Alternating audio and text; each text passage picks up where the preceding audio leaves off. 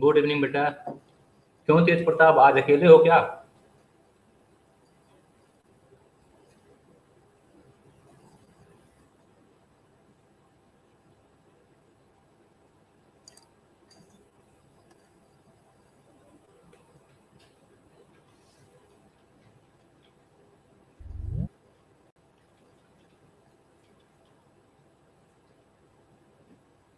ठीक है, वेट कर रहा हूँ, चलो।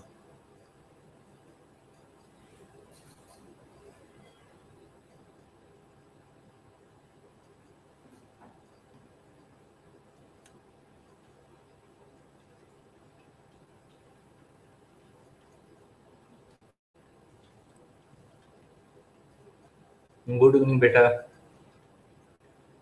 चलिए, 2 हो गए।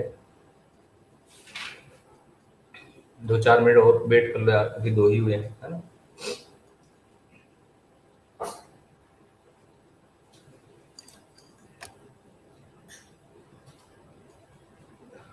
खा लो।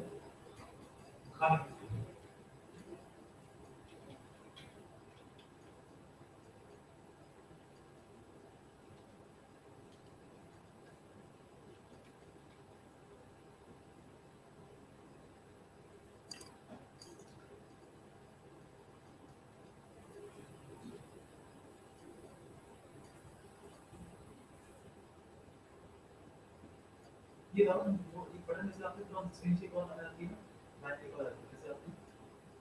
Control shift equal, control shift equal.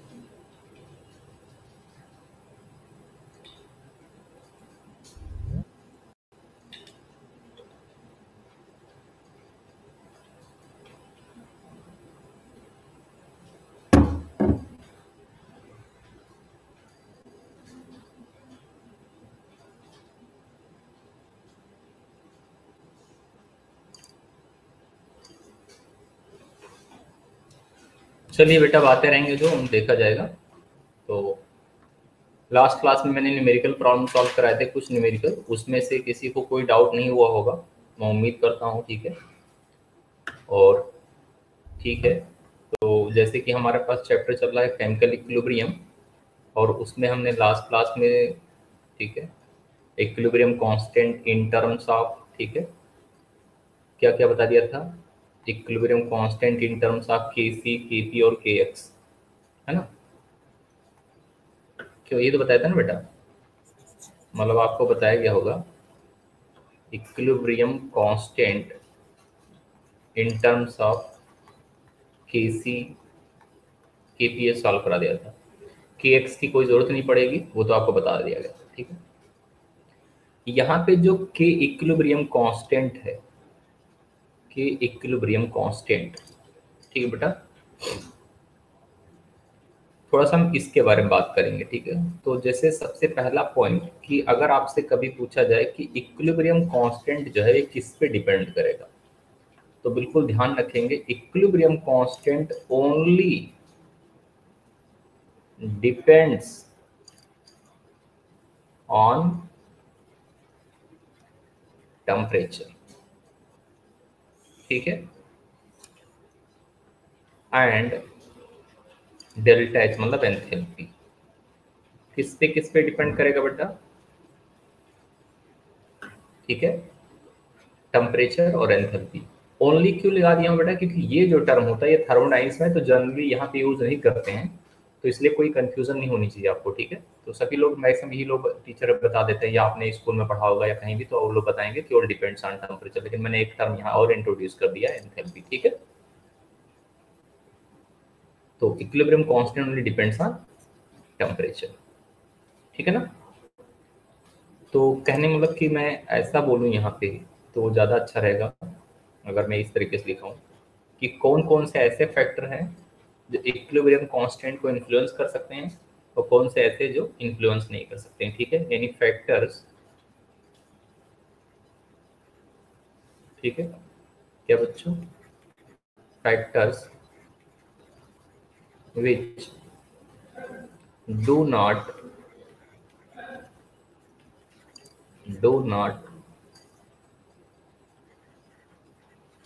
influence equilibrium constant. Equilibrium constant को कौन कौन से फैक्टर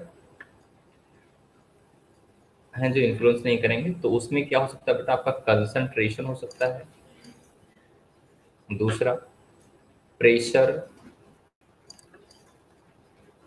एंड वॉल्यूम, इसके अलावा catalyst, and fourth edition of inert gas at addition of inert gas at constant pressure and volume, ठीक है। या केवल ऐसे ही लिखो एडिशन ऑफ इनर्ट गैस, मतलब अगर रिएक्टेंट या प्रोडक्ट के कंसंट्रेशन में अगर चेंजिंग की जाए तो, ठीक है, कंसंट्रेशन में चेंज की जाए तो उससे इक्विलिब्रियम पे कोई इफेक्ट नहीं पड़ेगा। प्रेशर या वॉल्यूम को चेंज किया जाए कोई फर्क नहीं पड़ेगा, कैटालिस्ट प्रेजेंस को कोई फर्क नहीं पड़ेगा, उसमें इनर्ट गैस को ऐड कराया जाए, मतलब इक्विलिब्रियम कांस्टेंट है ना, इस पे कोई भी इफेक्ट नहीं लगेगा। समझ में आई बात बेटा?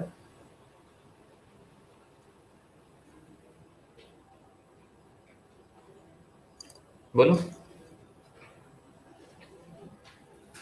तो अब सवाल ये आ रहा है कि कौन कौन से फैक्टर्स होंगे जिनके द्वारा इफेक्टेड हो सकता है, तो ये भी मैं आपको बता दे रहा हूँ। क्या लिख लेंगे बेटा, फैक्टर्स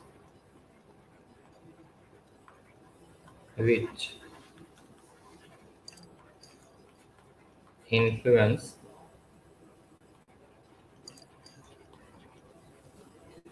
द इक्विलिब्रियम कांस्टेंट, ठीक है।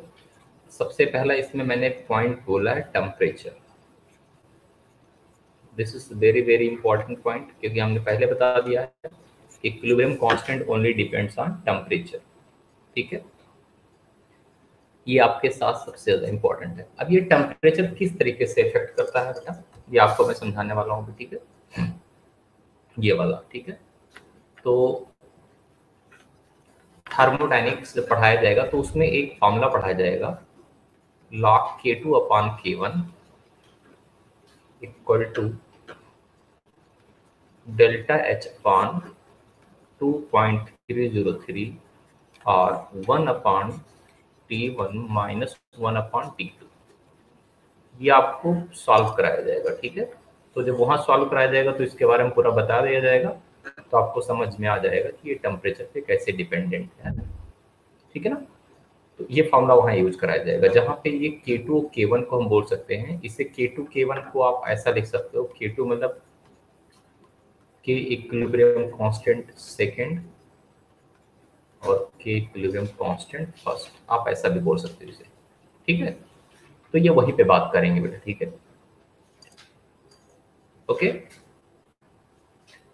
अब जैसे कोई केमिकल रिएक्शन हो रहा है, ध्यान से समझने की कोशिश करिएगा। सपोज दैट कोई केमिकल रिएक्शन हो रहा है, जैसे कि, है ना, एक रिएक्शन में लिखा कि H2 plus I2 gives 2HI, 2HI, इस रिएक्शन के लिए अगर मैं के इक्विलिब्रियम कांस्टेंट की बात करूं, ठीक है, इसके लिए के इक्विलिब्रियम कांस्टेंट में क्या लिखूंगा, HI का स्क्वायर अपॉन H2I2, ये तो लिखूंगा ना बेटा, ठीक है। चलिए इसको मैं इक्वेशन मान ले रहा हूँ फर्स्ट। मैंने मान लिया कि ये वाला जो रिएक्शन हो रहा है वो T1 टेम्परेचर पे हो रहा है बेटा, इसके लिए टेम्परेचर T1 है, ठीक है। फिर मैंने क्या किया, इस रिएक्शन को रिवर्स कर दिया, यानी 2HI से मैंने लिख दिया क्या चीज, H2 प्लस I2, यानी ऊपर वाले का क्या है बेटा, ये रिवर्स रिएक्शन है ना, बोलिए। तो इस वाले के लिए अगर मैं के इक्विलिब्रियम लिखना चाहूंगा तो मैं क्या लिखूंगा, H2 I2 अपॉन HI का होल स्क्वायर, ठीक है। ये हमारे पास इक्वेशन सेकेंड। अब ध्यान से सुनिए, रिएक्शन तो सेम है बेटा, बट ये क्या है बेटा, रिएक्टेंट में इधर ये है और इधर प्रोडक्ट में ये है, ये इसका क्या हो गया रिएक्शन, ये मतलब ये इसका रिवर्स रिएक्शन हो गया। तो मान लिया ये T1 पे हो रहा था, ये मान लिया T2 पे हो रहा है, ठीक है। समझ में बात जो, मतलब अगर हम भाई ऐसा सोचें कि फॉरवर्ड में ये T1 टेम्परेचर चल रहा था, बैकवर्ड में T2 टेम्परेचर, ठीक है, कोई रिएक्शन होगा बेटा, ठीक है। तो अब सुनिए यहाँ पे ध्यान से, अब हमारे पास ये इक्वेशन जो है ये के इक्विलिब्रियम, इसको के इक्विलिब्रियम फर्स्ट मान लो, इसको के इक्विलिब्रियम सेकंड मान लो, ठीक है। अब देखिए रिएक्शन तो सेम है लेकिन एक दूसरे के रिवर्स है। अब अगर आपसे कहा जाए कि इन दोनों में रिलेशन बनाइए, ठीक है, क्या बनाइए बेटा, रिलेशन। तो अगर दोनों में मुझे रिलेशन बनाना है तो रिलेशन बनाने के लिए आपको पता ही क्या करना पड़ता है बेटा, ठीक है। तो बताइए अगर मैं यहाँ आपसे बात करूं कि के इक्विलिब्रियम, ध्यान से सुनिए बेटा, ठीक है, के इक्विलिब्रियम टू इक्वल टू अगर लिखना चाहूं तो बताओ क्या लिखना पड़ेगा मुझे, 1 के इक्विलिब्रियम 1 लिखना पड़ेगा। बोलिए बेटा, लिखना पड़ेगा नहीं लिखना पड़ेगा,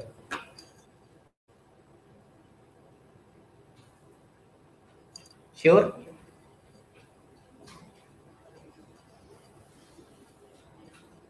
यहाँ एक छोटा सा और एग्जांपल मैं देकर समझाने की कोशिश करूंगा। जैसे कि मैंने मान लिया कि ये रिएक्शन था A गिव्स B, ध्यान से सुनिए, और इसका मैंने के इक्विलिब्रियम कांस्टेंट, यानी इसका मैंने इक्विलिब्रियम कांस्टेंट के C दे दिया और इसकी वैल्यू में लिख दिया मैंने 4। रिएक्शन को मैंने चेंज किया, B से बना दिया C, ठीक है। और आपसे कहा जाए इसकी वैल्यू बताइए, इसे मैंने K डैश C बोल दिया। क्या बोल दिया, K डैश C। ध्यान से देखिए रिएक्शन, A से इसमें B बनना, इस रिएक्शन में क्या बनना, B से C, यानी ऊपर वाले का ये कौन सा बेटा, रिवर्स रिएक्शन है। ऊपर वाले के लिए इक्विलिब्रियम कांस्टेंट की वैल्यू दी है और नीचे वाले को हमें पता करना है। तो पहले आपको क्या करना पड़ेगा, दोनों में रिलेशन क्या ये देखोगे बेटा, है ना। तो दोनों में रिलेशन अगर मैं देखूं इन दोनों इक्वेशन में तो कैसा रिलेशन बनेगा, इसी के अकॉर्डिंग देख लो। यानी इसमें रिलेशन बनेगा, मैं के सी इक्वल टू क्या लिखूंगा, 1/K-C, या क्या लिख सकता हूँ, K-C इक्वल टू 1/K-C, यही तो लिखूंगा। गुड। तो अगर मुझे K-C की वैल्यू पता ही करनी है और K-C दिया है तो यानी रिएक्शन के फॉलो क्या हो जाएगा, K-C इक्वल टू 1 किसके हो जाएगा, 4 के हो जाएगा। बोलो,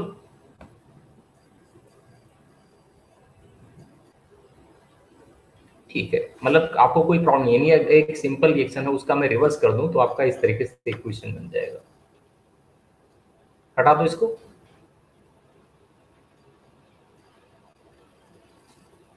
चलिए।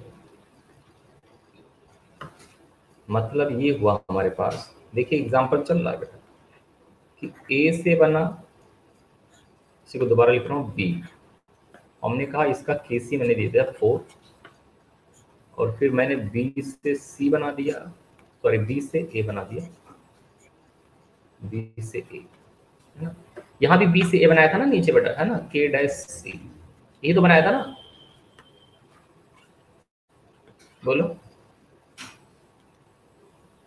ठीक है। तो हमने इसमें बोला था कि के डैश सी की वैल्यू क्या होगी, तो अभी आपने के डैश सी की वैल्यू निकाला, वो निकाला होगा शायद 1/4। ये तो इसका फाइनल आंसर निकाला ना बेटा आप लोगों ने, ठीक है। चलिए, बहुत अच्छी बात है। अब बहुत ध्यान से सुनिए, अगर मैं इसी रिएक्शन को इस तरीके से लिखूं, ए गिव्स बी, बहुत ध्यान से सुनना बेटा, ए गिव्स बी, और यहाँ मैंने केसी की वैल्यू 4 ही लिखा है, ठीक है। बट यहाँ ए के 2 मोल्स लिए हैं और बी के भी 2 मोल्स लिए हैं। यहाँ पे मैं दूसरा जो रिएक्शन लिखा है इसका रिवर्स, इसके रिवर्स रिएक्शन में लिखा बी से ए, और फिर से मुझे कहा के डैश सी की वैल्यू बताइए। ये बड़ा इंटरेस्टिंग, इसको सुनिए ध्यान से। अब आपको देख रहे हैं बेटा कि पहले वाले रिएक्शन में देखें तो इसमें कितने मोल्स हैं बेटा, 2 मोल्स, ठीक है। इस वाले में कितने मोल्स हैं बेटा, 1 मोल्स, ठीक है। अब अगर मैं 2 मोल्स या 1 मोल्स ना ध्यान दूं तो बिल्कुल सिमिलर पहले जैसा हो जाएगा। अगर ये पहले जैसा होगा तो मतलब के dash equal to 1/kc formula बनेगा, ये तो बनेगा बेटा। बट ये 2 मोल्स है, ये 1 मोल्स है, तो जब ये 2 मोल्स है, ये 1 मोल्स है, और दोनों को मुझे रिलेट करना होगा, ठीक है। तो ये 2 है, ये क्या है, 1 है। इसका मतलब इस 2 को मुझे कैसा बनाना पड़ेगा, 1 बनाना पड़ेगा। तो इसका मतलब हम क्या करेंगे बेटा, जो ये वैल्यू है इसका हम क्या लिखेंगे, यही तो लिखेंगे, बोलो क्या कर देंगे, पावर क्या कर देंगे बेटा, 1/,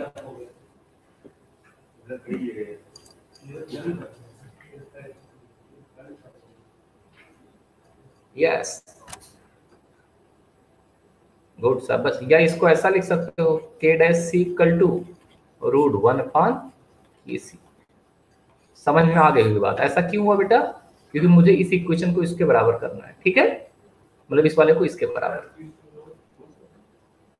तो अब हमारे पास फॉर्मूले में अकॉर्डिंग देखें क्या फॉर्मूला बनेगा, यानी हमारे पास क्या हो जाएगा, √1/4।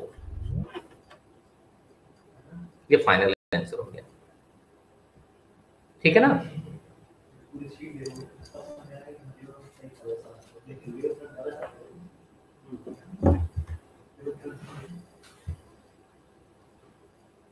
चलिए, गुड। अब इस तरीके से एक एग्जांपल मैं और लूं, यहां मैंने लिखा ए गिव्स बी, और इसका मैंने इक्विलिब्रियम कांस्टेंट मान लिया K1। फिर मैंने लिखा B से C, इसका इक्विलिब्रियम कांस्टेंट मैंने मान लिया K2। फिर मैंने लिखा C से D, इसका इक्विलिब्रियम कांस्टेंट मान लिया 3। आपसे कहा गया find out equilibrium constant for A to D, ठीक है, A to D। ये भी मैं थोड़ा सा इंपॉर्टेंट लगा दे रहा हूँ, हल्का सा, वेरी इंपॉर्टेंट नहीं लगा हूँ, थोड़ा सा इंपॉर्टेंट लगा। तो अब इसमें अगर आपसे बात किया जाए कि कैसे इसको सॉल्व करेंगे, ठीक है, तो बहुत आसान तरीका, बहुत इजी तरीका, ध्यान से सुनिए क्या। देखो, अगर मुझे इन तीनों रिएक्शन से मुझे बनाना ACD, ध्यान से सुनिए, इन तीनों रिएक्शन में, इस वाले में, इस वाले में, इस वाले में, हम ऐसा क्या प्रोसेस करें कि इन तीनों को से मुझे केवल A और D मिले, क्या मिले, A और D। तो अगर मैं इन तीनों इक्वेशन को ऐड करूं, इस वाले को, इस वाले को, इस वाले को, तो अगर मैं इसको ऐड करूंगा तो आपको पता चल जाएगा कि इसमें ये B और ये B कैंसिल हो जाएगा, ये C और ये C कैंसिल हो जाएगा। अगर हम तीनों इक्वेशन को ऐड करें, समझ में आ रहा सबको ना बेटा। ओके सौम्या, रश्मि, श्रुति बेटा आप, क्या नाम, श्रुति, हाँ ठीक है। तो अगर तीनों इक्वेशन को ऐड करें तो क्या बनेगा, A से D बन जाएगा ना, गुड। अब आपको पता है बेटा कि अगर आप इक्वेशन को ऐड किए हैं तभी आपका A से D बना है, और इसके बगल में क्या है, कांस्टेंट इक्विलिब्रियम। तो आपको कभी बेटा बचपन में लॉ ऑफ मास एक्शन पढ़ाया था हमने, बचपन मतलब कुछ दिन पहले, है ना, याद है ना? अरे वाह। तो अब क्या करेंगे बेटा, अगर मैं इस रिएक्शन के लिए के इक्विलिब्रियम अगर कांस्टेंट निकालूंगा तो बताओ क्या लिखूंगा? देखो मैं दो ऑप्शन लिख के दे रहा हूँ, थोड़ा दिमाग लगाना, ठीक है, कि मैं कौन सा आंसर सही करूंगा, ठीक है, मतलब आप लोग बताना कि कौन सा सही होगा। सॉरी, के इक्विलिब्रियम कांस्टेंट में पहले लिखा मैंने k1 plus k2 plus k3, और दूसरे मैंने लिखा के equilibrium constant equal to k1 into k2 into k3। बताओ दोनों में कौन सा सही है बेटा?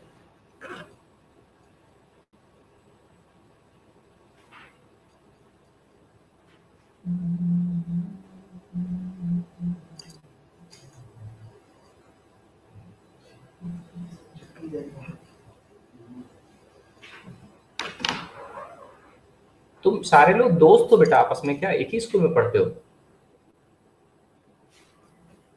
तो सारे लोग एक ही आंसर कैसे देते हो भाई? कोई एक देता तो वही सब लोग दे देते हो भाई? गलत भी तो हो सकता है ना, ये भी तो हो सकता है कि सबने एक ही दिया वो गलत हो सकता है, क्योंकि सबने गलत दे दिया आंसर। नहीं, ये अच्छी बात नहीं भाई है, ठीक है बेटा। देखो ये क्वेश्चन तो ऐड किए हो, है ना, और यहाँ इक्विलिब्रियम कांस्टेंट दिया है। आपको पहले याद होगा लॉ ऑफ मास एक्शन बताया था, वहाँ पे क्वेश्चन भी सॉल्व कराया था पूरा प्रॉपर ढंग से। इसका मतलब ये जो कांस्टेंट वाली वैल्यू इक्विलिब्रियम कांस्टेंट, ये रिएक्शन के दौरान क्या होगा बेटा? मल्टीप्लाई में चला जाएगा। अब कौन सा आंसर सही हुआ? पूरा आपको active mass, law of mass action, दुनिया भर की सब चीजें बता दिया हूँ, तो आपका करेक्ट आंसर कौन सा हुआ? थर्ड हुआ। तो हाँ ठीक है सौम्या, बिल्कुल ठीक है। सेकंड तो पहले वन क्यों दे दिया था? सबने बोला इसलिए।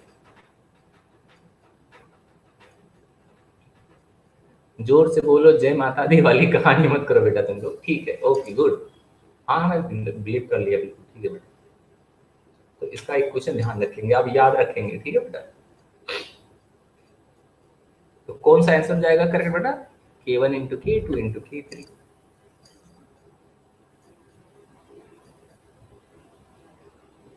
गुड, चलिए बेटा।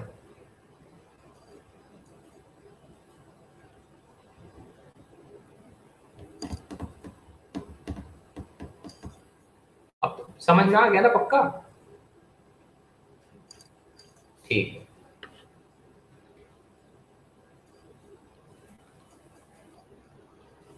चलिए।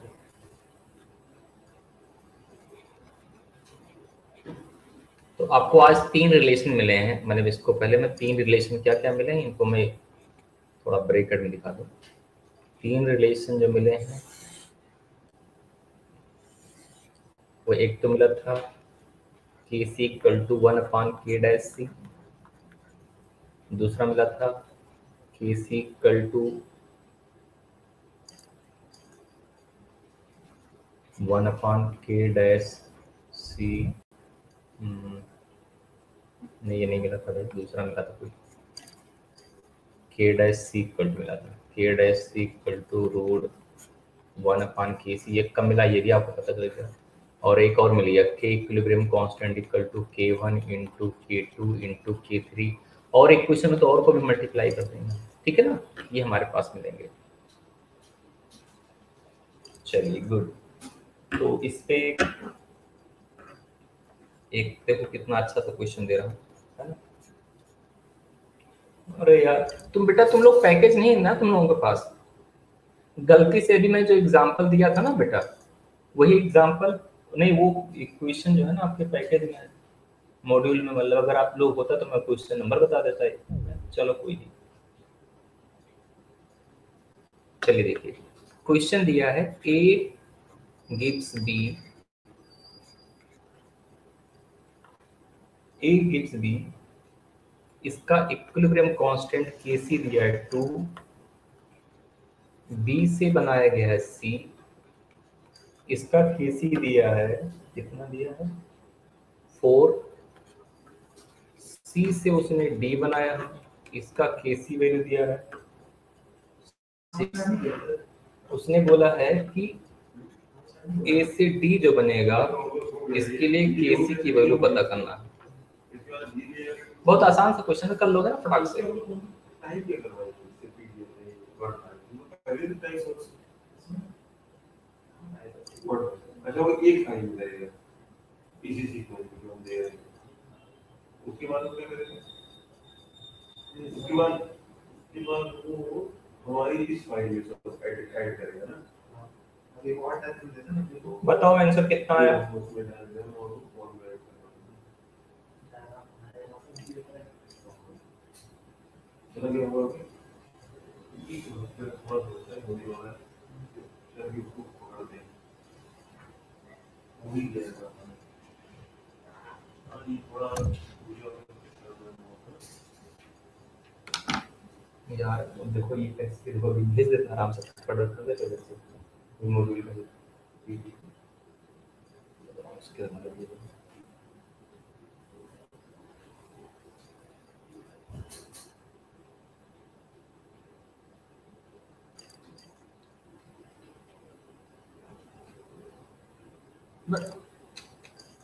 रश्मि क्या कर रही बेटा।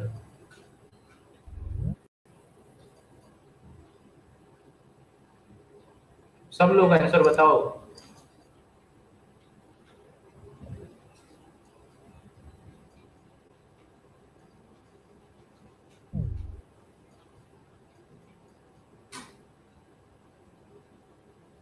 हाँ जी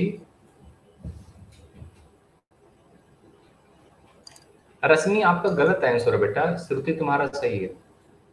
अभी तो बताया हूँ भाई। भाई देखो सेम ए से बी बनना, बी से सी, सी से डी, ए से डी की वैल्यू तुम्हें निकालनी है। तो ये तो बताया था कि अगर 3 इक्वेशन को ऐड करेंगे तो इससे बी से बी कैंसिल, सी से सी कैंसिल, है ना। तो भाड़ में जाए सब, ठीक है कैंसिल। एक ही तो तुम्हें बताया कि अगर मोर देन वन स्टेप के रिएक्शन दिए हैं बेटा, ठीक है ना। और आपको ये निकालना तो इसका इक्विलिब्रियम कांस्टेंट कैसे निकालोगे, जितने भी कांस्टेंट है सबको मल्टीप्लाई कर दो। Okay good. तो 2 इंटू 4 इंटू 6 कितना हो गया answer C.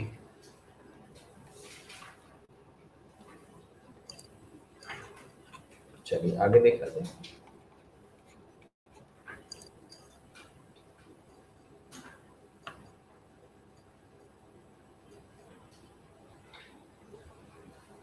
N2 plus 3H2 gives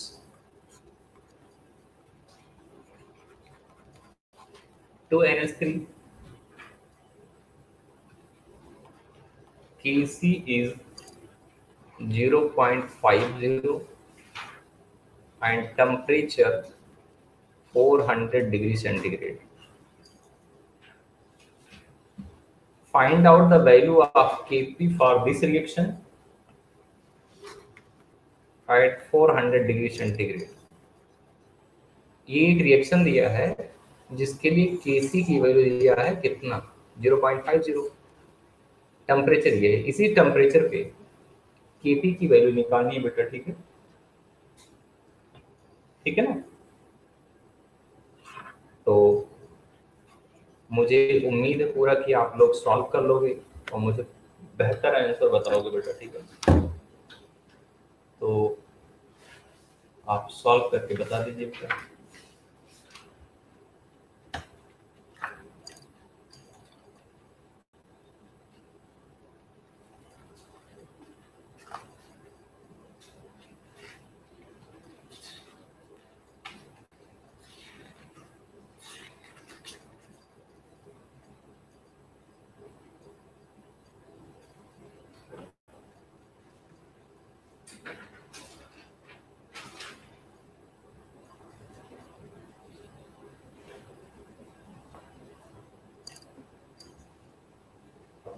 try करोगे ना। 3 ही लोग बचे हो बेटा, सौम्या, रश्मि, सुरभि। ओके गुड, ट्राई करो बेटा।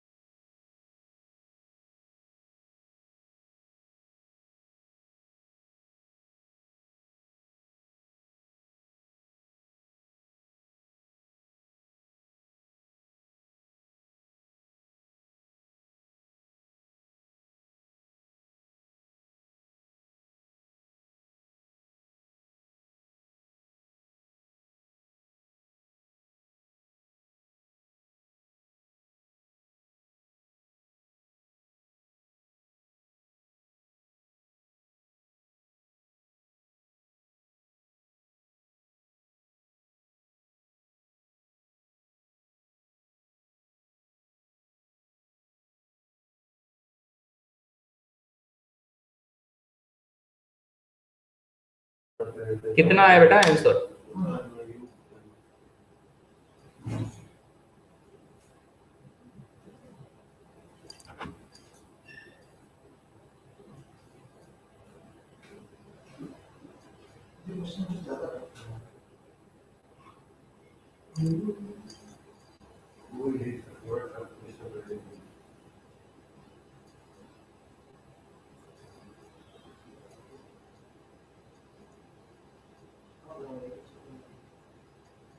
अरे ये सब टॉपिक पूरे रहते हैं, ये कोई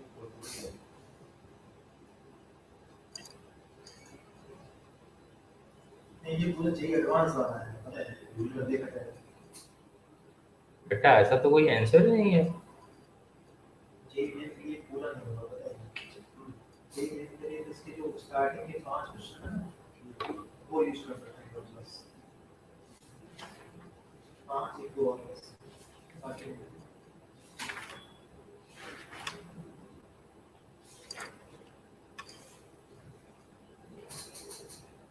मैं बताऊं? अच्छा ट्राई किया तो यार ठीक है, मैं बता रहा हूँ। ओके बेटा ट्राई कर रहा हूँ, तुम लोग ट्राई किया, मैं बता रहा हूँ ठीक है। देखो हमने आपको बताया था बेटा, अभी कल ही बताया था कि केसी और केपी, ध्यान देना आपको केपी निकालना है। तो मैंने एक रिलेशन बताया था, क्या बताया था? केपी इक्वल टू के सी आर टी का पावर डेल्टा एन बताया था।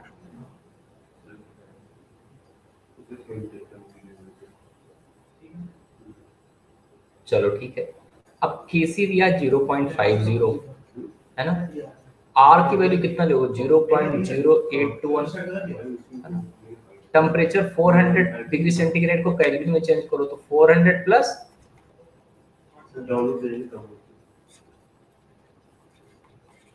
ठीक है। बोलो बेटा। और डेल्टा एन कितना हो जाएगा? आप बताओ, इसको तुम लोग सॉल्व करो, कैलकुलेटर भी आपके पास होगा, सॉल्व करके बताओ कितना आएगा वैल्यू।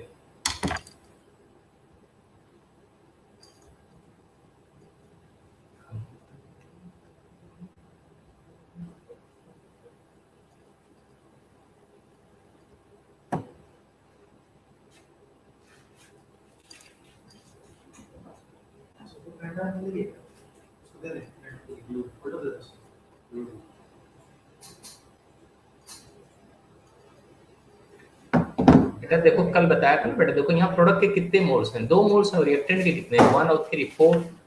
उस क्लास में बताया था, याद करो डेल्टा एन कैसे निकालेंगे, तो 2 - 4 - 2 याद आया?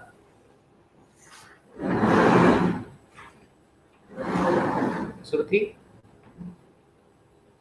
ठीक है, अब ट्राई करो तुम लोग।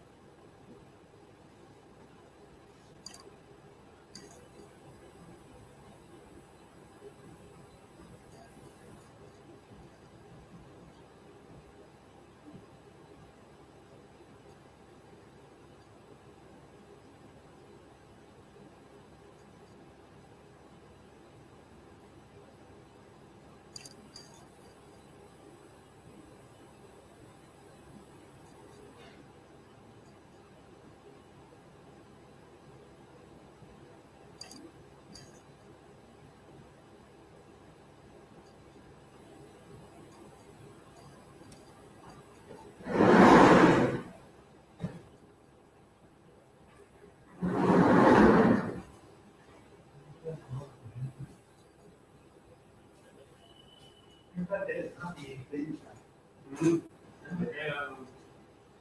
very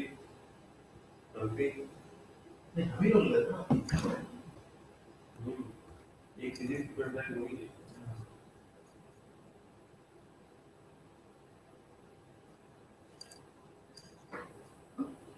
तो सही है पास में निकालने के लिए देखने हाँ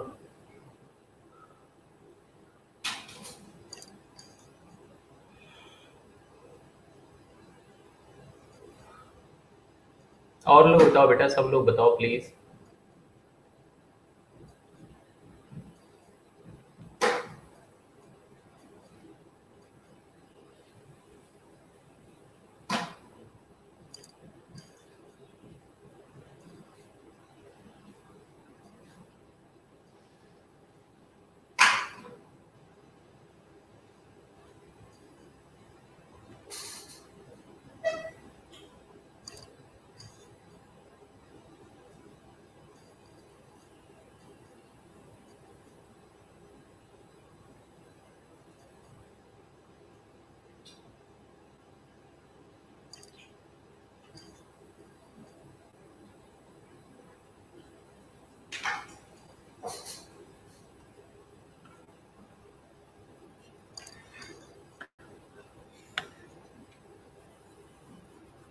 इसका आंसर जब आएगा बेटा, आना चाहिए, आप लोग कैलकुलेशन करते रहना रात भर, ठीक है।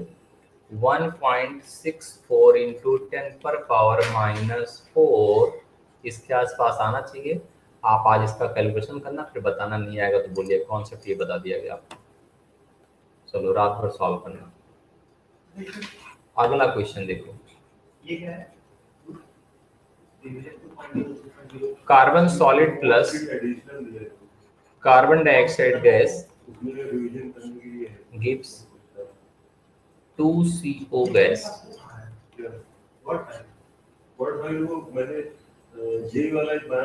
हाँ बेटा, इसीलिए तो थोड़ा एक बार चेक कर लेना, एक बार तुम लोग भी चेक कर लेना, मैं देख लूंगा बेटा। हाँ हो सकता है सोम्या, एक बार मैंने कहा इसीलिए सोल्यूशन आप हो सकता है सोल्यूशन गलत भी हो, तो एक बार फिर से चेक कर लेना आप लोग, ठीक है। अब देखो बेटा, ये हमारे पास रिएक्शन दिया है, इसमें कहा है इफ पार्शियल प्रेशर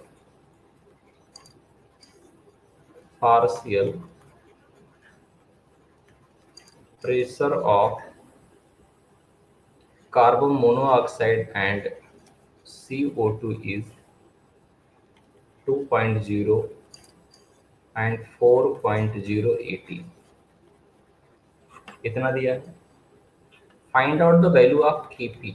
ये तो कर लोगे ना बेटा, ये तो काफी आसान क्वेश्चन, बहुत ही अच्छा क्वेश्चन और बहुत ही इजी। लास्ट क्लास में मैंने ऐसे ही क्वेश्चन दिया था, बस मैं कुछ थोड़ा सा और चेंज कर दिया था, है ना।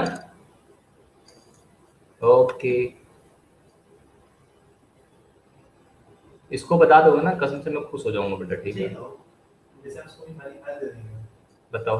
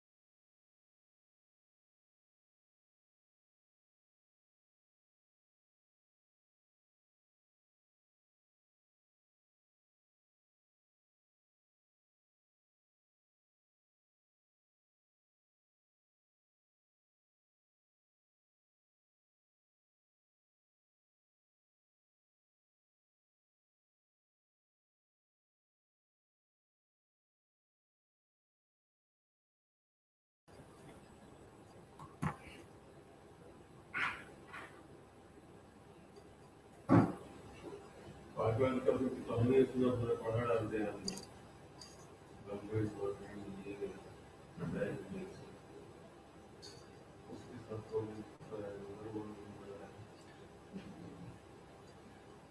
बार फिर से ट्राई करो सौम्या बेटा, मुझे पता नहीं क्यों लग रहा है कि गलत है।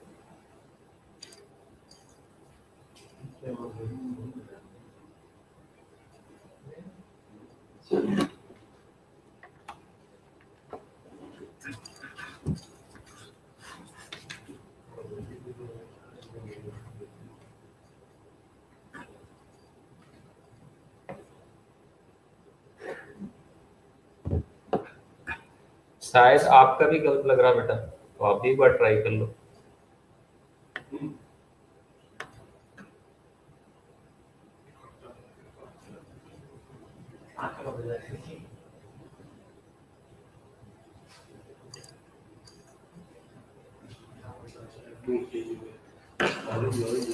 अच्छा झूठ मत बोलना, ठीक है बेटा, पक्का तुम लोगों को तुम्हारे चॉकलेट की कसम, ठीक है, मिलेगा नहीं बेटा कुछ, ठीक है। तुम लोग घर पे जाते हैं, जो पढ़ा दिया जाता है उसको पढ़ते हो फिर घर पे तुम लोग? सच बता रहा हूँ, ऐसे मजाक कर रहा था, मतलब कि ऐसे पूछ रहा हूँ, ठीक है, समझो कि मतलब, है ना। क्योंकि यार मैं जब पढ़ता था ना तो पढ़ नहीं पाता, जैसे टीचर पढ़ाते थे क्लास में तो मैं घर पे जाके पढ़ नहीं पाता था, ठीक है, बहुत सारे काम होते थे और, है ना, तो मैं इसलिए पूछ रहा हूँ कि आप लोगों के साथ ऐसा है क्या? अच्छा नहीं है।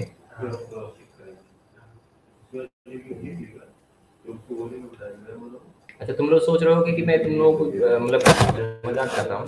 नहीं नहीं, मैं ऐसे सीरियसली बोला था, ठीक है।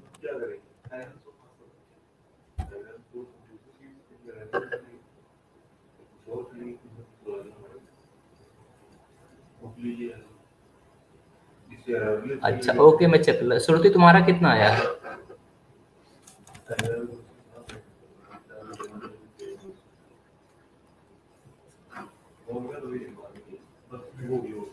श्रुति आप 1 मिनट अभी रुके, ओके।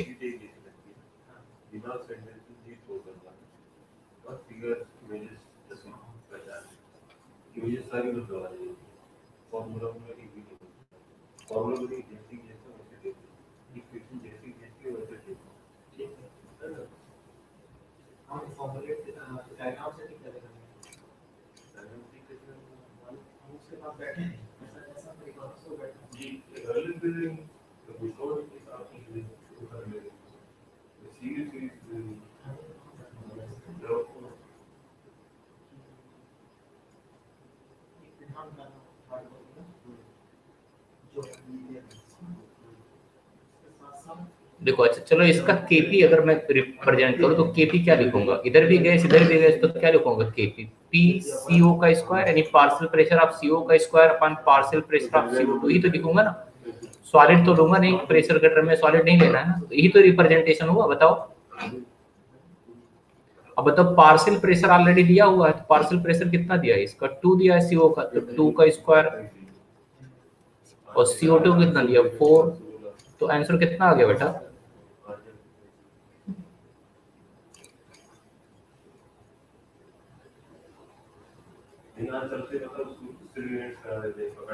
अब ठीक है,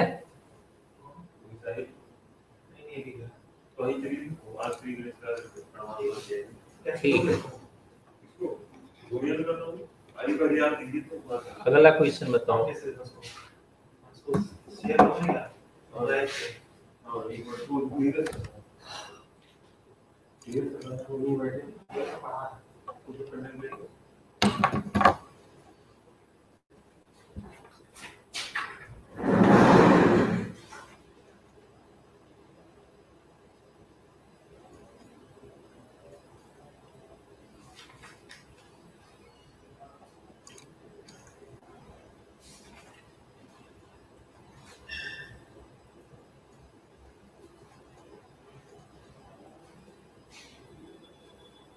अच्छा सर,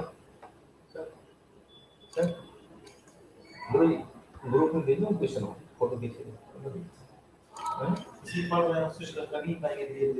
अच्छा हाँ,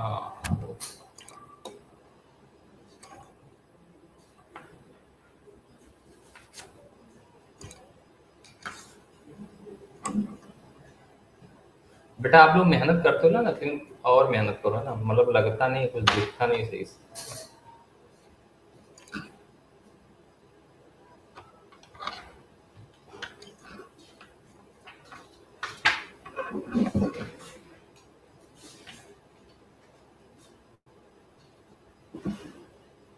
ठीक है, तो चलिए।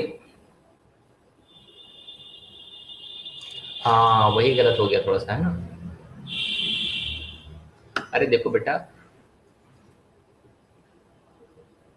अब तो ये जो समझाया था अभी, तो अब ये समझ में आ गया था ना।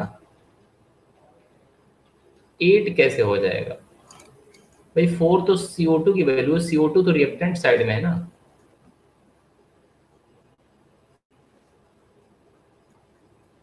है ना। क्यों रश्मि? ठीक है, तो ऐसा जो किया उसी के अकॉर्डिंग करिए, ठीक है। तो अब एक और हेडिंग डालिए आप लोग, ठीक है। एंड लिटा रिएक्शन क्यूशेंट।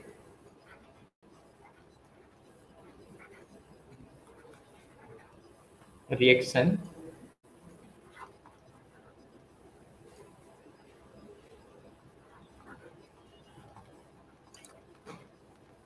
रिएक्शन क्यूसेंट, इसको हम क्यू से रिप्रेजेंट करते हैं, क्यू, रिएक्शन क्यूसेंट। ठीक है। अब जैसे कि कोई रिएक्शन दिया है, जैसे मैंने मान लिया A+B गिव्स C+D, है ना। इसका X मोल ले लिया, इसका Y मोल ले लिया, इसका सपोज M ले लिया, इसका N ले लिया। तो जो रिएक्शन क्यूशेंट लिखोगे आप Q, इसमें जो रिएक्शन क्यूशेंट लिखोगे Q, तो Q इक्वल टू होगा प्रोडक्ट की वैल्यू, यानी प्रोडक्ट C का पावर M, D का पावर N अपान A का पावर X और B का पावर Y। बिल्कुल सेम जैसे वहां इक्विलिब्रियम लिखते थे, बिल्कुल सेम इस तरीके से इसका प्रेजेंटेशन रहेगा। ठीक है। ये जो रिएक्शन क्यूशेंट होता है बेटा, ये भी 3 टाइम्स, मतलब 3 टाइप के होते हैं, मतलब 3 तरीके से इनको हम रिप्रेजेंट कर सकते हैं। किसके किसके टर्म में? QC के टर्म में, QP के टर्म में और QX के टर्म में। मतलब reaction quotient in terms of concentration, in terms of pressure, in terms of mole fraction. आप समझ में आई बात बच्चों?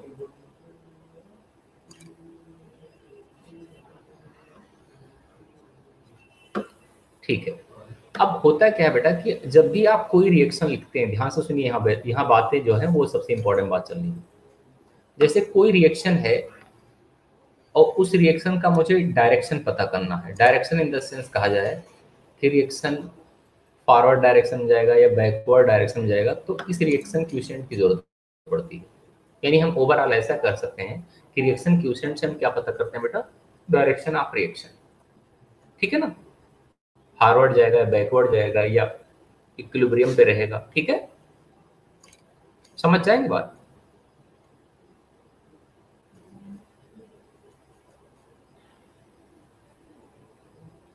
बोलो बेटा, क्या बताएगा बेटा? इससे क्या पता करेंगे? Direction of reaction. गुड। तो अब इसमें है क्या बेटा, देखो यहाँ पे जो मैंने रिप्रेजेंटेशन लिखा, ऐसे ही रिप्रेजेंटेशन तो इक्विलिब्रियम कांस्टेंट का भी तो था, और रिएक्शन क्यूसेंट का भी यही है। तो बेटा दोनों का रिप्रेजेंटेशन तो सेम है।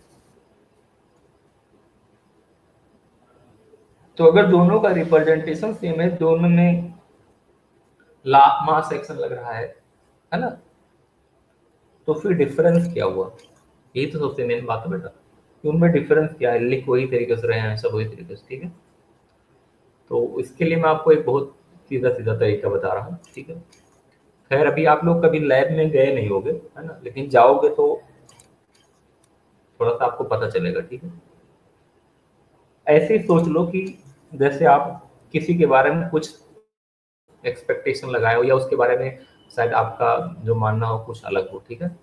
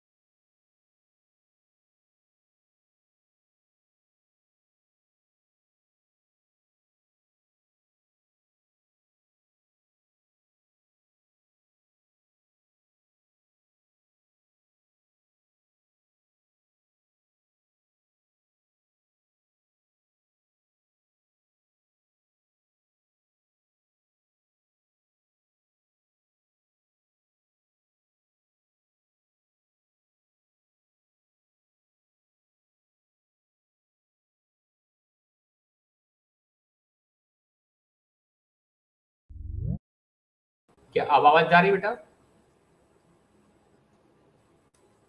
हाँ, वो नेट डिस्कनेक्ट हो गया था। तो मैं आपसे बोल रहा हूँ बेटा कि जैसे सुनिए, ऐसे समझा दूं बहुत आसान तरीका से, ठीक है बेटा? है क्या कि रिएक्शन क्यूसेंट और इक्विलिब्रियम कांस्टेंट में दोनों में फर्क क्या है, यानी क्यू मतलब कि क्यू और के इक्विलिब्रियम में डिफरेंस क्या है, ठीक है?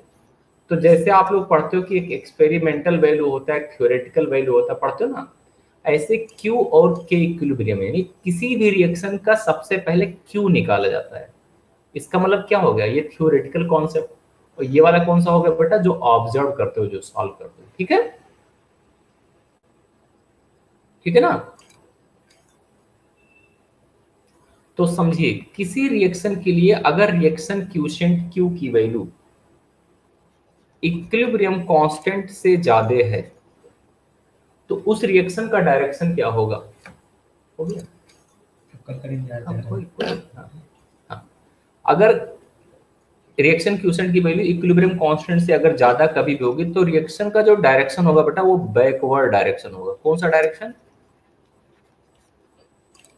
बैकवर्ड। और अगर कहीं क्यू कम है किससे, के इक्विलिब्रियम से, तो वहां पे डायरेक्शन कैसा होगा रिएक्शन का? फॉरवर्ड। अगर किसी रिएक्शन के लिए दोनों बराबर हो गए तो इसका मतलब ना तो फॉरवर्ड ना तो बैकवर्ड, वो किस पे रहेगा? एट इक्विलिब्रियम पे, क्योंकि इक्विलिब्रियम पे फॉरवर्ड बैकवर्ड क्या होते हैं? बराबर होते हैं। ठीक है बेटा?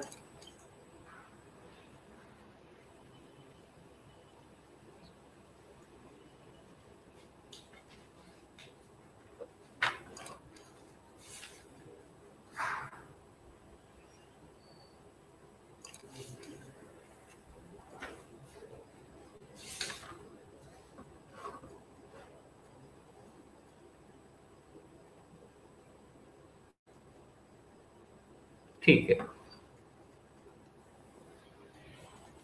आपको समझ में आ गया होगा कि रिएक्शन क्यूशिएंट क्या है। तो अब इसको अप्लाई करना है तो उसके लिए हमें एक प्रिंसिपल पढ़ना पड़ेगा जिसे हम लोग क्या बोलते हैं बेटा? नाम सुना होगा, एक हेडिंग डालेंगे आप,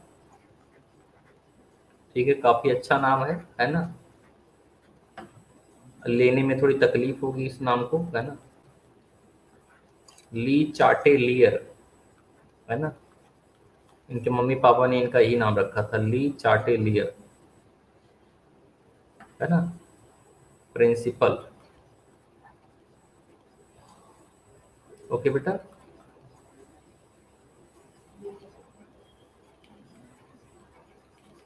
कितना अजीब सा नाम है ना? हाँ, देखो कितना भयंकर नाम है। लगता नहीं है, लगता होगा ना? ली चाटेलियर प्रिंसिपल, है ना? ठीक है?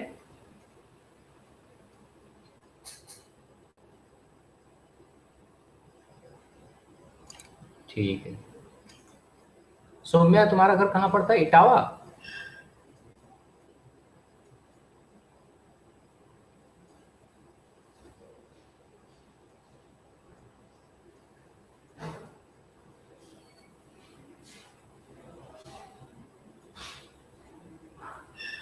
क्यों सौम्या?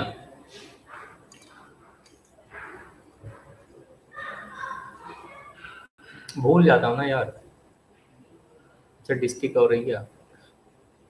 अच्छा, अभिजीत सर बता रहे थे। अच्छा, अभिजीत सर को जानती हो? कौन है तुम्हारे?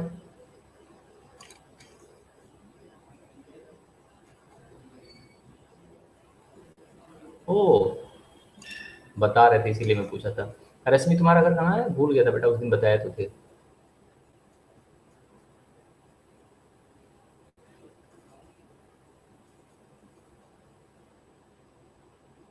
ओके, और सुरती तुम्हारा?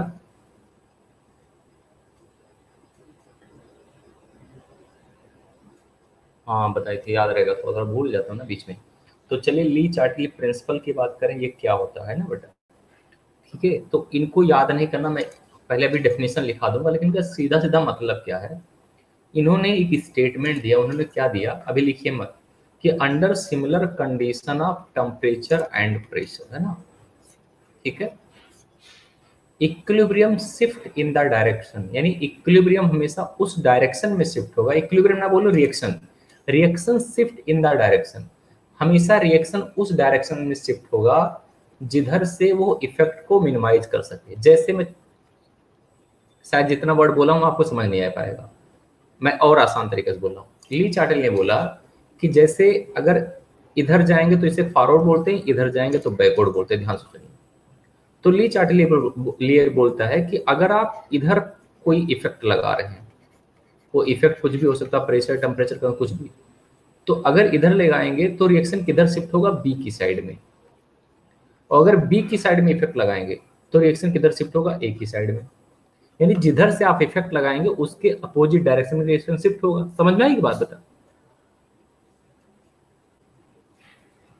तो कहने मतलब ये हुआ कि हमेशा रिएक्शन उधर शिफ्ट होगा जिधर वो लगाए गए इफेक्ट को मिनिमाइज कर सके। यही इसका कहने मतलब है, ठीक है ना?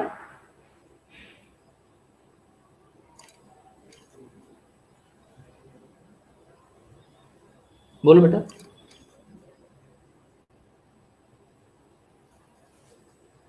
ओके, तो आप लिख लीजिए according to this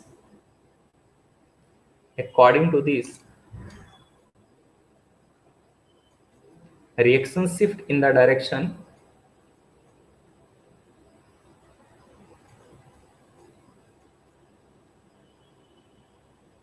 reaction shift in the direction where effect is minimized, जहां इफेक्ट क्या किया जा बेटा, इफेक्ट को क्या किया जा सके, मिनिमाइज किया जा सके। समझ में आ रही बात?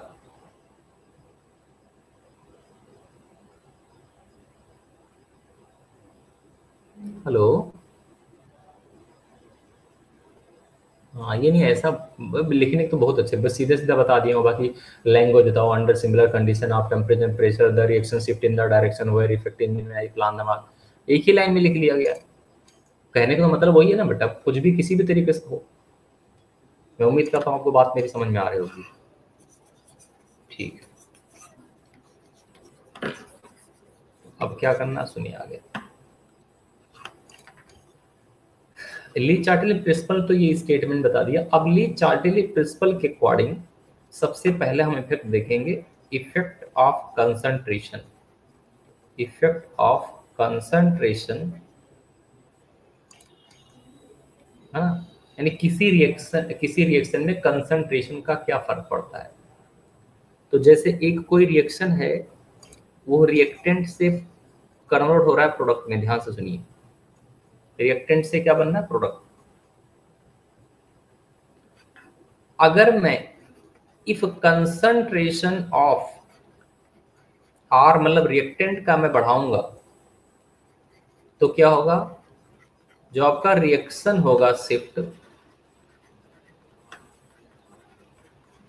रिएक्शन शिफ्ट, वो रिएक्शन जो शिफ्ट होगा, ठीक है, तो रिएक्शन शिफ्ट किस, अगर मैं कंसंट्रेशन रिएक्टेंट का बढ़ा रहा हूं तो रिएक्शन शिफ्ट किधर होगा बेटा, प्रोडक्ट की साइड में, पी साइड। बोलो बेटा, अगर हम कंसंट्रेशन प्रोडक्ट का बढ़ाएंगे तब रिएक्शन किधर शिफ्ट होगा, रिएक्टेंट की साइड में। मतलब कि अगर इधर अमाउंट ज्यादा है तो रिएक्शन इधर जाएगा, है ना? समझ में आई बात बच्चों?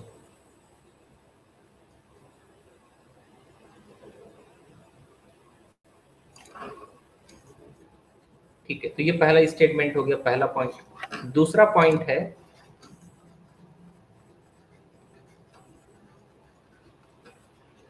Effect of volume. क्या बेटा बोलो, इफेक्ट ऑफ वॉल्यूम। इसको समझिए, तुम्हें एक बात पता है कि अगर तुम वॉल्यूम बढ़ाओगे तो वॉल्यूम बढ़ाने से प्रेशर बताओ क्या होता है, कम होता है। मतलब if volume increases for any reaction,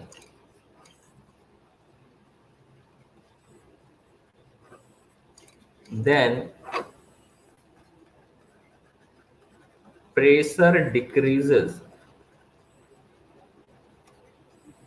means reaction जो शिफ्ट होगा, मीन्स रिएक्शन जो शिफ्ट होगा वो किस डायरेक्शन होगा? In the direction where volume decreases and pressure increases. ये तो हुआ ना बेटा भाई, ली चार्टली प्रिंसिपल के अकॉर्डिंग ही तो हुआ ना बेटा। ये सारी बातें किसके अकॉर्डिंग चल रही हैं? ली चार्टली के अकॉर्डिंग।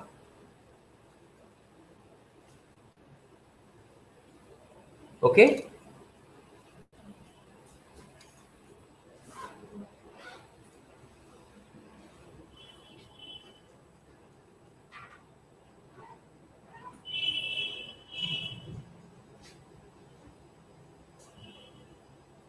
ठीक है। तो मतलब ये बताया गया कि अगर वॉल्यूम इंक्रीज होगा तो रिएक्शन किधर शिफ्ट होगा बेटा?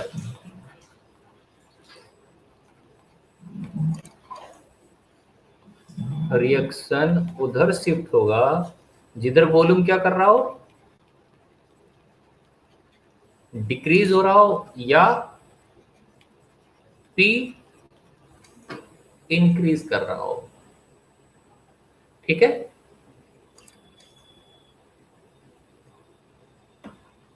इसके लिए मैं नोट पॉइंट बता रहा हूं। इफ V इंक्रीजेज, अगर किसी भी रिएक्शन में वॉल्यूम इंक्रीज कर रहे हो और वहां नंबर ऑफ मोल्स निकालना बताया हो ग्रेटर देन 0 आ जाए, तो समझिए वो रिएक्शन फॉरवर्ड जा रहा है। अगर वहां पे इसकी वैल्यू 0 आ जाए लेस देन, तो समझिए रिएक्शन बैकवर्ड जा रहा है। लेकिन अगर वहां डेल्टा एन 0 हो जाए तो ना फॉरवर्ड ना बैकवर्ड किस पे पहुंच जाएगा? इक्विलिब्रियम। ठीक है,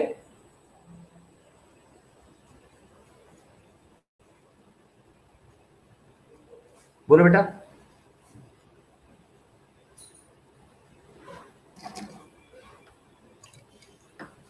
चलिए अब समझने की कोशिश करिए। मैं कुछ रिएक्शन दे रहा हूं फिर आपको समझा रहा हूं। इसको बहुत अच्छे से नोट कर लो। सबने नोट कर लिया?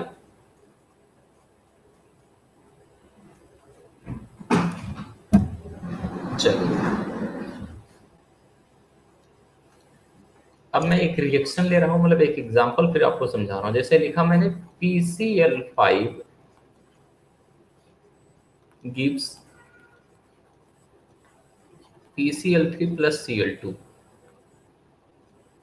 ध्यान से सुनिए, बहुत पूरा सॉल्व करवा रहा हूं, पहले सुन लीजिए फिर बाद में नोट करना। अब मैंने टाइम 0 पे मान लिया कि इसका 1 मोल्स है, इसका 0, इसका 0। टाइम t पे मैंने मान लिया कि इसका x मोल पार्टिसिपेट कर रहा है, तो यहाँ x बनेगा, यहाँ x। मैंने मान लिया रिएक्शन के लिए वॉल्यूम V लीटर है। ठीक है, यहाँ तक?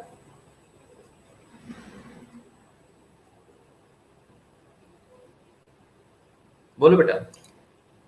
इसका मतलब ऊपर नंबर ऑफ मोल्स, नीचे वॉल्यूम, तो इसका मतलब ये जो एक्सप्रेशन है वो किस टर्म में है? कंसंट्रेशन के टर्म में।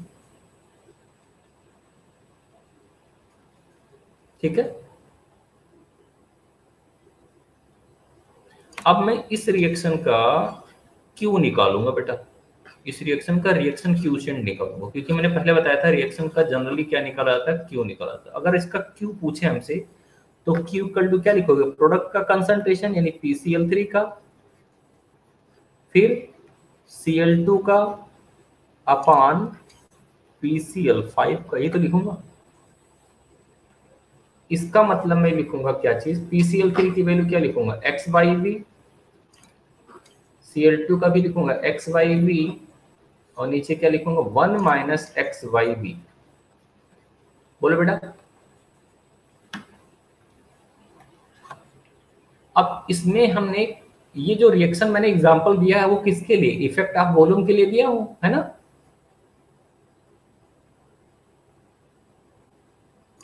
बोलो बेटा।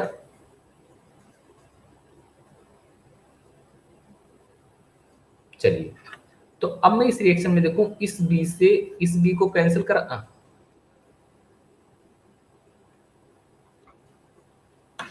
इस रिएक्शन में ये जो बी है इस बी से कैंसिल करा सकता हूं,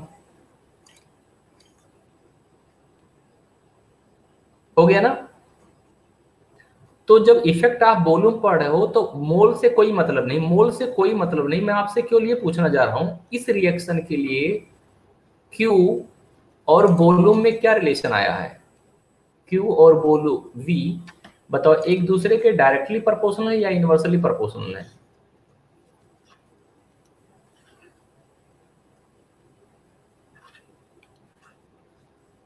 बोलो बेटा, इस रिएक्शन के लिए मैं आपसे पूछूं कि Q जो है वॉल्यूम के इनवर्सली है डायरेक्टली। भाई ये भी कैंसिल हो गया, बी नीचे आएगा, तो इस रिएक्शन में Q जो रहा है वो क्या जा रहा है, डायरेक्टली जा रहा है। जी नहीं, इनवर्सली। अरे बेटा ये वॉल्यूम तो नीचे आ जाएगा ना, ये भी तो कैंसिल हुआ तो ये वाला एक वॉल्यूम तो ये कैंसिल हो तो बचा ये वाला वॉल्यूम ना, तो नीचे आ जाएगा ना, तो इनवर्सली नहीं हो गया।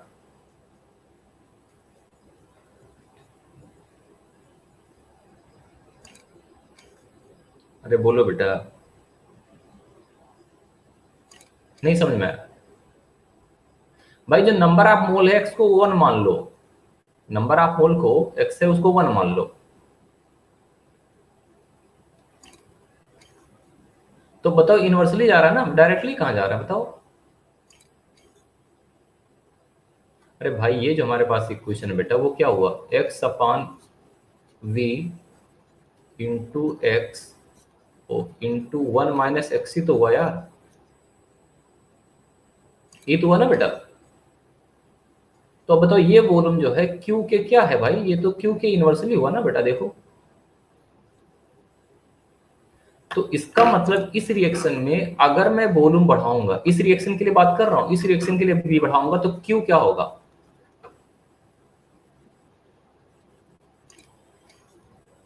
कम होगा, ठीक लिखा है ना।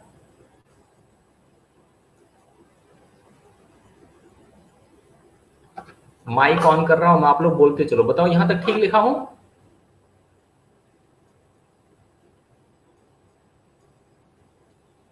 ठीक है, तो अब बताओ यार, अच्छा Q और K इक्विलिब्रियम हमेशा एक दूसरे में 36 का आंकड़ा होता है, अगर Q बढ़ेगा तो K कम हो जाएगा। तो अगर इसका मतलब अगर मैं इस रिएक्शन के लिए जो लिखा हूं उसके लिए अगर वॉल्यूम बढ़ा रहा हूं तो Q कम हो रहा है, इसका मतलब K जो है वो बढ़ेगा। और आपको बताया था अगर Q की वैल्यू कम होगी कभी भी तो रिएक्शन का डायरेक्शन क्या होगा, यानी अगर इस रिएक्शन में ये जो रिएक्शन आपका है, अगर मैं इस रिएक्शन के लिए वॉल्यूम बढ़ाऊं तो रिएक्शन का डायरेक्शन क्या हो जाएगा, फॉरवर्ड हो जाएगा। मैं उम्मीद करता हूं आपको कोई प्रॉब्लम नहीं आनी चाहिए बेटा, क्योंकि बड़े मेहनत से इसको समझाया हूं। ठीक है,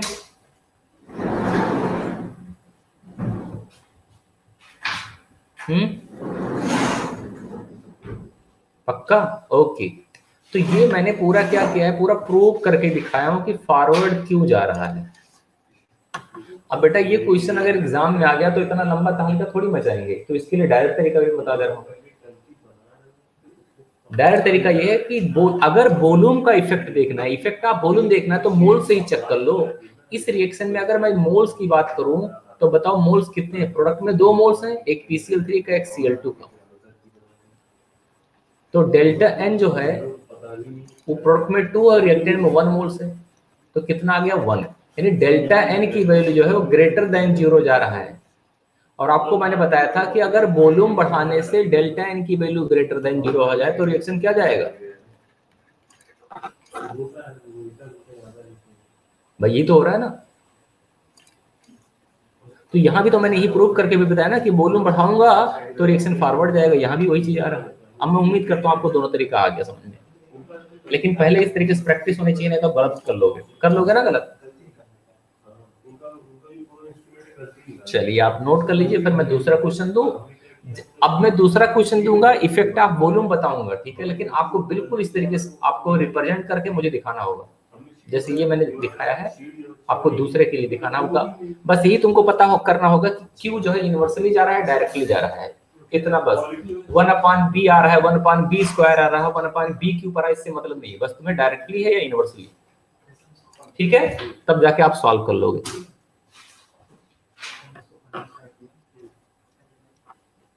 ठीक है ना, चलिए तो मैं इसको रब कर दे रहा हूं, रब कर दूं, ओके। अब आप लोग मुझे इस रिएक्शन के लिए बताना, N2 plus 3H2 gives 2NH3, ये दिया गया है। इफ V इंक्रीजेस, अगर वॉल्यूम में इंक्रीज करूं, अगर वॉल्यूम में क्या कर रहा हूं, इंक्रीज कर रहा हूं, तो बताओ रिएक्शन का डायरेक्शन क्या होगा। आप पूरा प्रूव करके दिखाओ, जैसे भी पीछे समझाया हूं, डायरेक्शन ऑफ रिएक्शन, डायरेक्ट तरीका अप्लाई करना है बेटा, नहीं प्रूव करके दिखाना है पहले। आप टाइम ले लीजिए 2-4 मिनट और पूरा प्रूव करके दिखाइए ध्यान से।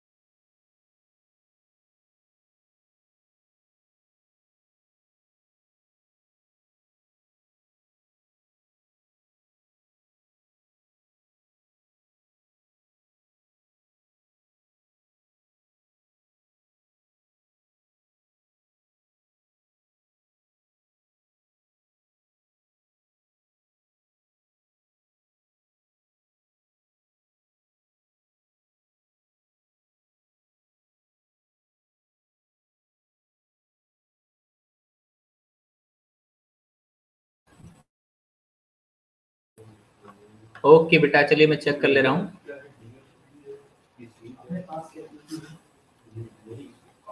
यहाँ वाला लिखा, यहाँ 1, यहाँ 0, टाइम टी पे चलो इसको मैंने लिख दिया 1 minus X upon V, volume भी ले लिया 1 माइनस 3x अपान वॉल्यूम भी, इसको मैंने 2x बाई वी ले लिया।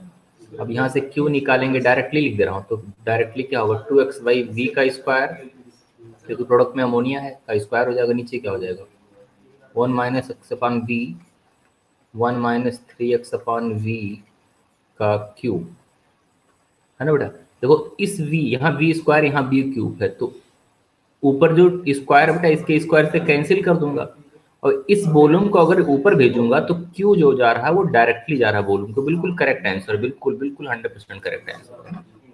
तो इस रिएक्शन में अगर मैं वॉल्यूम बढ़ा रहा हूं तो वॉल्यूम बढ़ाने से क्यू क्या हो रहा है बेटा, इस रिएक्शन में वॉल्यूम बढ़ाने से क्यू भी बढ़ रहा है, मतलब के कम हो जाएगा।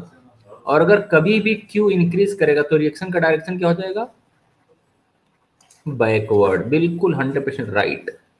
तो इसका मैं डायरेक्ट तरीका भी देख लिया, तो एक्सपेरिमेंटल हो गया। डायरेक्ट तरीका हमने बताया था डेल्टा एन निकाल लो। डेल्टा एन देखो, प्रोडक्ट में 2 मोल्स, रिएक्टेंट में कितने 4, तो 2 माइनस 4 माइनस 2, यानी निगेटिव आ गया बेटा, कैसा हो गया बैकवर्ड।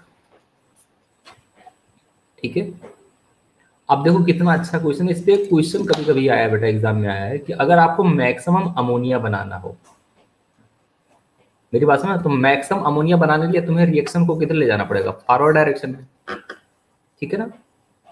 तो जब आप वॉल्यूम बढ़ा रहे हो तो रिएक्शन बैकवर्ड जा रहा है ना, इसका मतलब तुम्हें फॉरवर्ड ले जाने के लिए वॉल्यूम कम करना पड़ेगा। क्यों, समझ में बात। तो आपसे कोई पूछे कि अमोनिया मैक्सिमम बनाना पड़ेगा, बनाना है तो वॉल्यूम ज्यादा करें या कम, तो वॉल्यूम क्या करोगे बेटा, कम। ठीक है,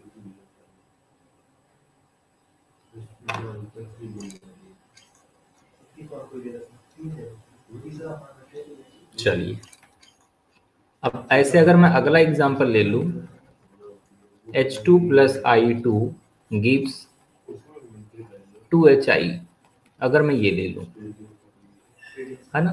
और इसके लिए पता किया जाए वॉल्यूम क्या फर्क पड़ेगा, टाइम यहाँ पे 1, यहाँ 1, यहाँ 0, टाइम टी पे देखो क्या लिखूंगा 1 minus X upon V, 1 minus X upon V, यहाँ 2x अपान वी, तो Q इक्वल टू क्या लिखूंगा 2x अपान वी का whole square upon 1 minus X by V, यहाँ भी 1 minus X upon V, B से वी कैंसिल, सारे V cancel हो गया, तो Q जो है बेटा वॉल्यूम पे तो फर्क ही नहीं पड़ रहा है यहाँ पे ना। यहाँ देखो V के ना है ही नहीं वॉल्यूम, तो इसका मतलब यहाँ पे जो है बेटा, ठीक है, वो Q और K हमेशा बराबर रहेंगे इस क्वेश्चन में, मतलब इक्विलिब्रियम में बराबर रहेंगे। इसका मतलब ना तो फॉरवर्ड ना तो बैकवर्ड रिएक्शन किस पे होगा, एट इक्विलिब्रियम पे होगा। डायरेक्ट भी सोच सकते हो, तो डायरेक्ट कैसे सोचोगे, नंबर ऑफ मोल्स निकालो, नंबर ऑफ मोल्स कितने प्रोडक्ट में 2, रिएक्टेंट में कितने हैं 2, तो 2 माइनस 2 0, ऐसे भी हमने चेक कर लिया है ना।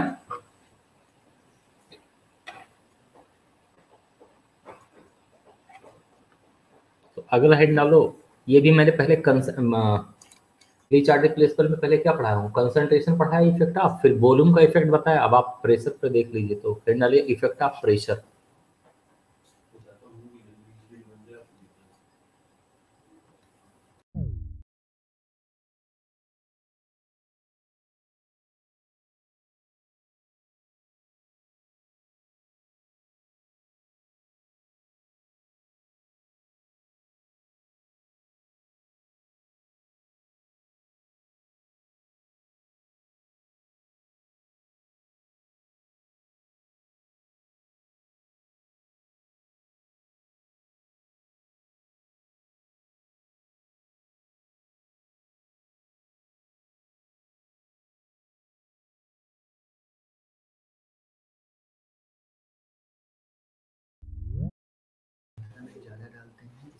बच्चे कभी भी आप 2 मिनट भी आगे बढ़ोगे तो लेफ्ट हो जाएगा, तुरंत ही सिस्टम बंद हो जाएगा। इसलिए 15 मिनट आगे तक करते हैं कि कभी आगे 5 या 7 मिनट आगे चला जाए तो ओके ओके ठीक है बेटा, ये डाल लो। अब इसका हेड डालोगे effect of pressure. Effect of pressure हम लोग कल शुरू करेंगे, ठीक है।